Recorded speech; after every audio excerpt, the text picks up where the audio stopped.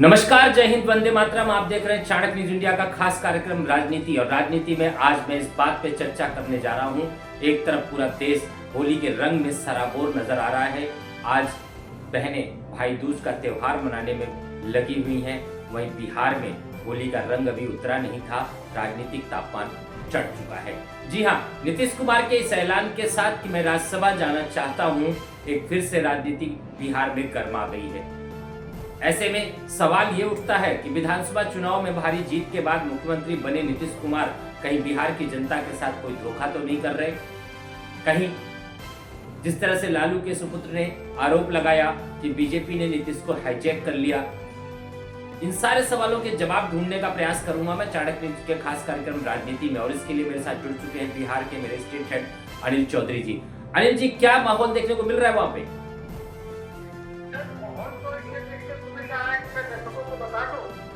मुख्यमंत्री जी के राज्यसभा जाने के बाद उनकी पार्टी में अंतर्कलह और कार्यकर्ताओं के बीच नाराजगी देखी जा रही है। पार्टी दफ्तर के और मुख्यमंत्री जी के आने मार्ग के बाहर, उनके आवास के बाहर सभी लोग नाराजगी व्यक्त करते हुए कुछ कार्यकर्ता रोते और विरक्ते दिखाई दे रहे हैं। कुछ लोगों ने स्पष्ट रूप से कहना चाह रहा है कि मैं घर घर जाकर के महिलाओं से मिली और ये लोग मुख्यमंत्री जी के चेहरा पर वोट मांगने का काम किया और मैं जनता के बीच वादा करके आया हूँ कि 25 से 30 तक से 30 मुख्यमंत्री रहेंगे। अब मैं इस चेहरा को लेकर के, इस बात को लेकर के जनता के बीच जाऊंगा। तो नाराजगी दिखाई दे रही है। और इधर जदयू कार्यालय में कार्यकर्ताओं के द्वारा कोर्ट में भी की गई है जी। और जो भी वहाँ कुछ पहुंचे हुए लोग हैं, जो मुख्यमंत्री जी के इर्द गिर्द रहने वाले लोग हैं, जिसमें ललन बाबू हुए और वो चौधरी जी हुए, ये लोग कहते हैं कि नहीं, ये तो पहले की योजना थी जी। और मुझे भी एक बात ये है सर कि आपने इस बात को सुना होगा और हम लोगों ने अपने चैनल के माध्यम से चर्चा को बात पहले बताने के लिए राजनीतिक चर्चा में चुनाव से समय नहीं दी। किसी भी मत से भारतीय जनता पार्टी के प्रमुख नेता के द्वारा ये नहीं कहा गया कि ये 25 से 30 तक मुख्यमंत्री रहेंगे। सबों के द्वारा ये कहा गया कि मुख्यमंत्री जी के नेतृत्व में ही विधानसभा चुनाव हो रही है और होगी। लेकिन ये नहीं कहा गया कि मुख्यमंत्री जी 25 से 30 तक रहेंगे। लेकिन अनिल जी, अब ये जो बयान मंचों पे दिया गया राजनीतिक दलों के द्वारा, यानी कि बीजेपी के द्वारा, हर मंच पे ये कहा गया, अमित शाह की रैलियां देख लें, जेपी नड्डा की रैलियां देख लें, यहाँ तक कि प्रधानमंत्री मोदी की रैलियों को अगर हम देख लें, जो अभी आपने एक लाइन कही कि मुख्यमंत्री जी के सानिध्य में ही विधानसभा चुनाव लड़ा जाएगा, ये संकेत था आज के इस परिवर्तन का। क्या कहना चाहेंगे?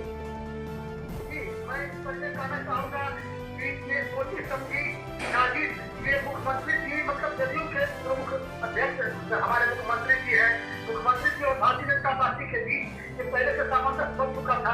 शायद आप कार्यकर्ता के बीच ये बात नहीं पहुंच पाई हो, हमारे वोटरों के बीच नहीं पहुंच पाई हो, लेकिन इसमें कहीं नाराजगी मुख्यमंत्री जी की दिखाई नहीं दे रही है।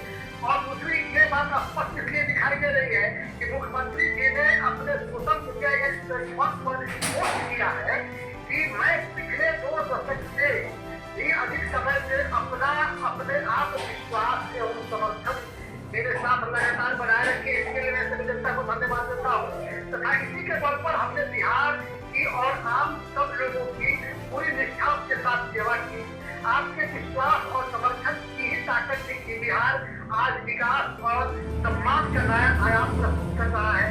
इसके लिए मैं पूर्व में भी मैंने आपके प्रति कई बार आभार व्यक्त किया, मुख्यमंत्री जी ने भी किया है जी।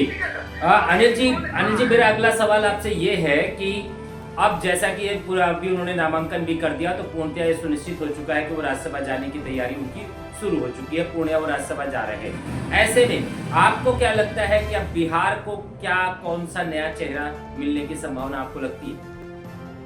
देखिए सर, हाँ ये तो मिलती है क्योंकि बिहार में यह स्पष्ट है कि यदि गठबंधन की सरकार है, एनडीए की सरकार है, तो ये सबसे बड़ी पार्टी भारतीय जनता पार्टी है, तो भारतीय जनता पार्टी के मुख्यमंत्री होंगे। और इस पर नेता प्रतिपक्ष तेजस्वी यादव जी ने ट्वीट कर रहा है बार बार कि हम शुरू से इस बात को कहते आ रहे हैं कि चुनाव के बाद नीतीश कुमार जी को भाजपा के लोग मुख्यमंत्री पद पर नहीं रहने देंगे। वो आज पद निकला, यदि वो ट्वीट कर रहे हैं, लेकिन इसके जवाब में मुख्यमंत्री जी ने बार बार कह रहा है, मुख्यमंत्री जी का कहना यह है कि संसदीय जीवन शुरू करने के समय से मेरे मन विधानमंडल के दोनों सदनों के साथ संसद के भी दोनों सदनों का सदस्य बनो। जी। तो ये उनकी पूर्व से इच्छा थी और इस इच्छा को नेता प्रतिपक्ष शायद जान रहे होंगे, इसलिए आम जनता के बीच इस बात का अटकलबाजी लगा रहे थे। लेकिन ऐसा कुछ देखने को मिल नहीं रहा है। जदयू के कुछ खास लोगों के बीच में नाराजगी देखी जा रही है। भारतीय जनता पार्टी के कार्यालय के आगे जश्न मनाया जा रहा है। सबसे बड़ी बात यह है सर, दबाव में कभी जाते तो भारतीय जनता पार्टी के जो राज्य विधानसभा के सदस्य अभी राष्ट्रीय अध्यक्ष नितिन नवीन जी बीमारी में बैठ करके भारत के गृह मंत्री सहकारिता मंत्री की जब साक्षरता से निकल रहे हैं, लेकिन क्या स्पष्ट हो रहा है मुख्यमंत्री की भी गाड़ी निकल रही है और दोनों का नाम ये सब एक साथ हो रहा है और वहाँ हमारे अमित शाह जी प्रोजेक्ट हो रहे हैं। इससे क्या स्पष्ट लगता है? इससे ये माना जा सकता है अनिल जी की आम जनता को और कार्यकर्ताओं को इस बात का संदेश देने का प्रयास किया गया कि सब आपसी सहमति से हो रहा है। दिखाई दे रहा है क्योंकि ये तो मुख्यमंत्री जी ने अपने सोशल मीडिया प्लेटफॉर्म से ट्वीट भी किया है कि हमारी हार्दिक इच्छा थी। इसमें कहीं नाराजगी नहीं दिखाई दे रही है, लेकिन कुछ खास लोग इस पर विरोध जता रहे हैं और जो भी उस स्तर से पहुंचे हुए लोग हैं और मुख्यमंत्री जी ने लोगों से ये सम्मान भी किया है बिहार के लोगों से अपने सोशल मीडिया प्लेटफॉर्म के थ्रू कि मैं आपको पूरी ईमानदारी और विश्वास दिलाना चाहता हूँ कि आपके साथ मेरा संबंध भविष्य में भी बना रहेगा एवं आपके साथ मिलकर एक विकसित बिहार बनाने का संकल्प पूर्वक कायम रहेगा। तो इन नई सरकार बनेगी उसको मेरा पूरा सहयोग एवं मार्गदर्शन रहेगा। इसलिए आप बिहार की जनता को अपील कीजिए मुख्यमंत्री की। जी अनिल जी, आपको क्या लगता है कि जिस तरह से बिहार विधानसभा चुनाव में चिराग पासवान का एक बड़ा कद खड़ा हुआ था, अब ये जो परिवर्तन हुआ है, बिहार में मुख्यमंत्री का पद परिवर्तित हो रहा है, नीतीश कुमार राज्यसभा जा रहे हैं, एक नया चेहरा सीएम बन के आएगा, तो आपको क्या लगता है कि वहाँ की कैबिनेट में बड़ा बदलाव होगा? क्या चिराग पासवान एक फिर से बड़े चेहरे के रूप में बिहार में किसी बड़ी जिम्मेदारी के साथ वापस आ सकते हैं क्या? अंदर की बात है, अंदर की बात ये तो राजनीति अंदर तो बैठक भी होने वाली है। अमित शाह जी आए हुए हैं अभी और गृह मंत्री जी के सानिध्य में पटना में बैठक भी होनी है।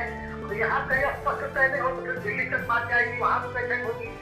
अटकलबाजी हो रही है सम्राट चौधरी को मुख्यमंत्री तक जाने की, गृह मंत्री किसी दूसरे को देने की। देखिए अटकलबाजी की जहां तक मैं बात बता दूं, अगर मैं अपने पत्रकारिता के अनुभव की बात करूं अनिल जी, तो आरएसएस का एक ऐसा कैडर है जो हमेशा से बीजेपी की एक परंपरा परिपाटी बन चुकी है। पिछले 2014 से हम लोग देख रहे हैं इस चीज को।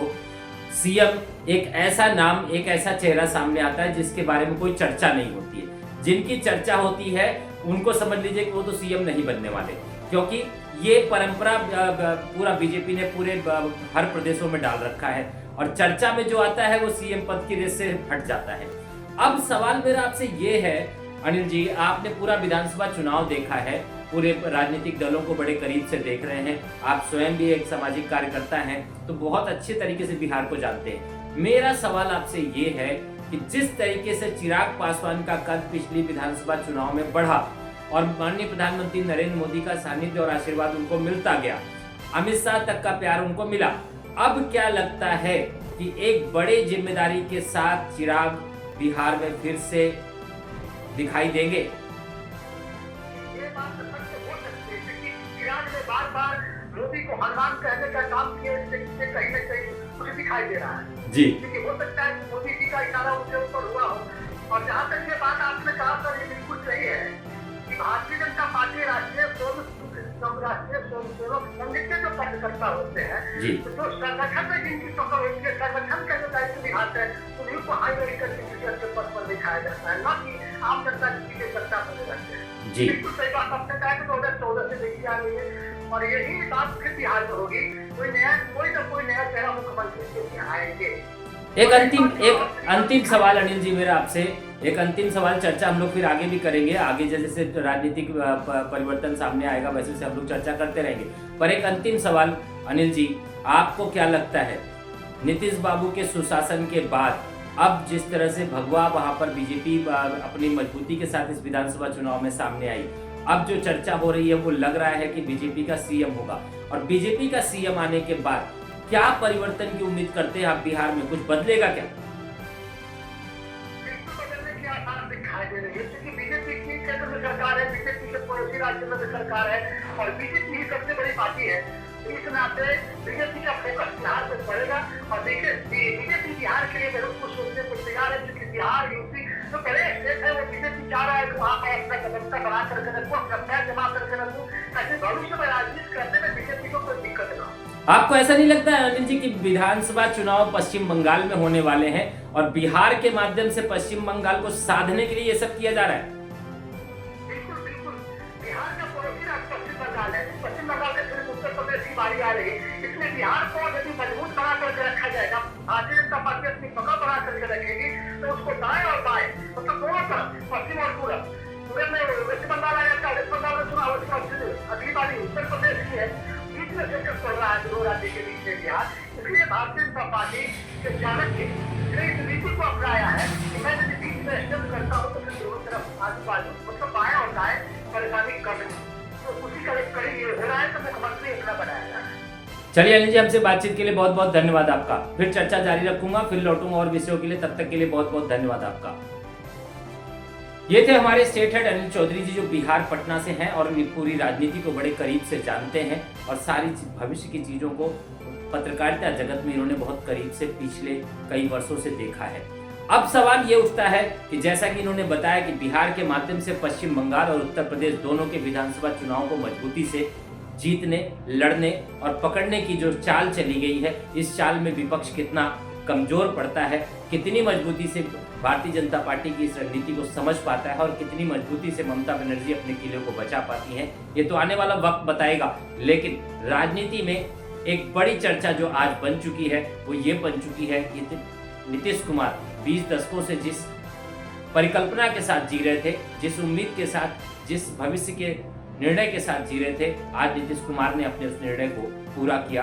नीतीश विधानसभा और विधानमंडल के दोनों सदनों के सदस्य रह चुके हैं, लोकसभा के सदस्य रह चुके हैं और अब अंतिम पड़ाव उनका राज्यसभा था, क्योंकि उनका मकसद यही था कि संसद के दोनों सदन और विधानसभा और विधानमंडल के दोनों सदनों में जाकर अपनी राजनीतिक महत्वाकांक्षाओं को पूरा करना उनका जीवन का संकल्प था, जो आज पूरा होता नजर आ रहा है। कुछ ही समय बाद नीतीश कुमार राज्यसभा में नजर आएंगे और फिलहाल राजनीति में कल फिर और करेंगे चर्चा किसी और नए विषय पर। तब तक के लिए दीजिए मुझे इजाजत। जय हिंद, वंदे मातरम।